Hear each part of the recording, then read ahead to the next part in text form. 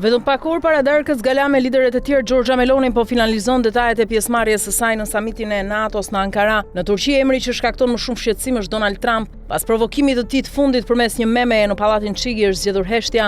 Janë ministrat ata që po mbrojnë kryeministren e cila nuk ka asnjë dëshirë të bëjë selfie të tjera me manjatin amerikan. Për t'u kthyer në Rom me një rezultat konkret, në qeveri po punohet për organizimin e takimeve dypalshe të nivelit të lartë. Më i rëndësishmi ndërto konsiderohet ai me presidentin turk Recep Tayyip Erdogan. Ofendimi i fundit nga Trump ka bashkuar anëtarët e qeverisë në mbështetje të Melonit, e cila pritet të marrë pjesë në një samit tepër delikat në Turqi. Një ditë para mbërritjes së delegacionit italian në Ankara, ministrat reaguan ndaj asaj që e cilësojnë si urdhër kufizues që Trump dëshiron të vendosë ndaj Melonit. Janë deklarata që komentojnë vetë, për ne ky nuk është problem, ndaj vazhdojmë përpara, tha ministri i jashtëm Antonio Tajani. Nuk kam asgjë për të komentuar për këto gjëra, u shpreh zëvendës kryeministrit tjetër Matteo Salvini. Asnjë reagim. Italia i ka respektuar gjithmonë dhe plotësisht angazhimet dypalshe me SBA-t. Njerëzit kalojnë, por marrëdhëniet duhet mbeten, tha ministri i mbrojtjes Guido Crosetto. Edhe në qarqet ushtarake përpiqen ta minimizojnë situatën. Burime që kanë përgatitur dosjet për samitin konfirmojnë për Huffington Post se pritshmëritë për vizitën e Melonit, Tajanit dhe Crosettos në Turqi janë pozitive.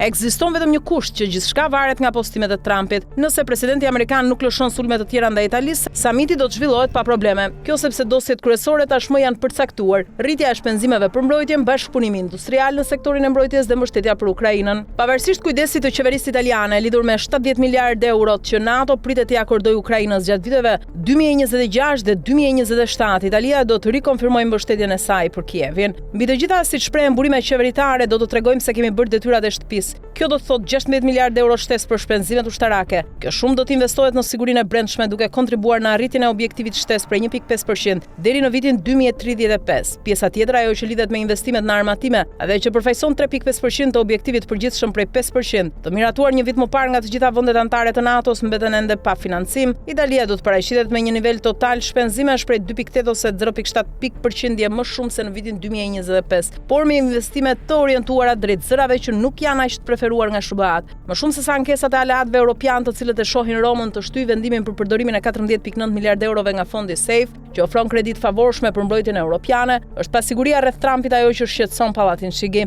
Edhe një herë tjetër, sekretari amerikan i mbrojtjes Pete Hegseth pritet të përsërisë kërkesën që vendet europiane duhet të shpenzojnë më shumë për mbrojtjen. Në Ankara ai do të takohet sërish me Guido Crosetto, me të cilin ka marrëdhënie të mira.